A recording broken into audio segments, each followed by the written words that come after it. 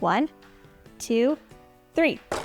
Oh no! Sometimes that happens in science. It's okay. We're gonna do science today. Oh, science is my favorite. Science is my favorite too. And today we're gonna talk all about forces of motion. The way things move all the time. So let's talk about some forces.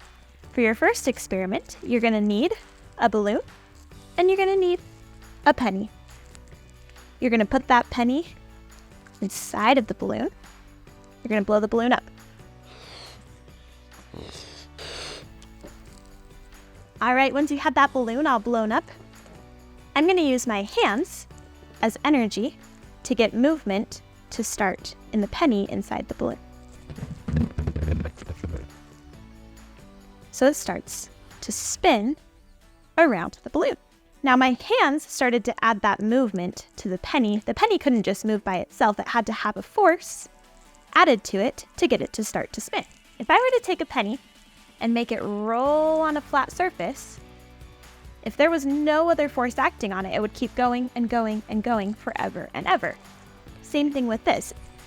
If there was no other force acting on it, it would go forever and ever and ever. But if you watch the penny, it slows down and it stops. That's because inside the balloon, there's other forces acting on it. There's a force called friction that starts to act between the penny and the balloon and starts to slow that penny down. And eventually, as it slows down, the force of gravity makes it stop and drop. But if I keep adding the force of energy,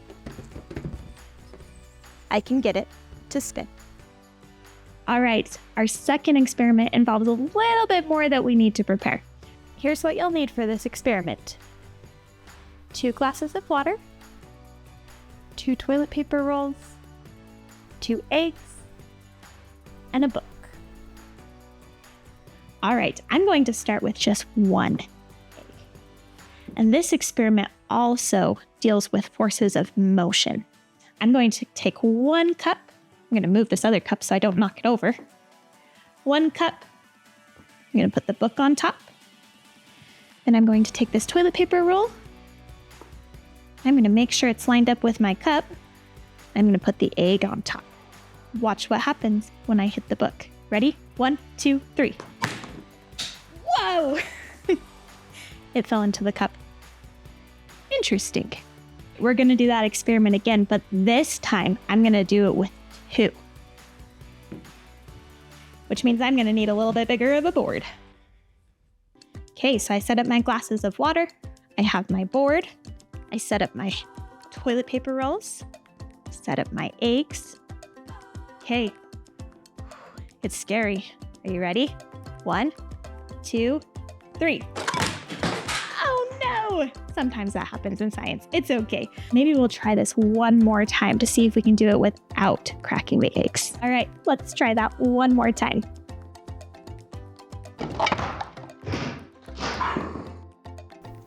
Did it. As you can see, the egg went right into the cup. Why did that happen? I hit it. Shouldn't it have gone with everything else? Well, there's something called Newton's law of motion, and it says that an object at rest has to stay at rest unless acted on another force. At rest means that it's still. It can't move. It can't go anywhere. My egg that was on top of my toilet paper roll couldn't go anywhere unless there was another force acting on it. I didn't add the force to the egg. I added the force to the board that slid away from the egg with the paper towel roll, so the egg couldn't go with it. It had to drop into the cup. Pretty cool. Wow, science is so cool. It is pretty cool, Mr. Bright. Science is one of my favorites. Try these experiments at home. There's so many cool things you can do with science, and check out my other videos. See you next time.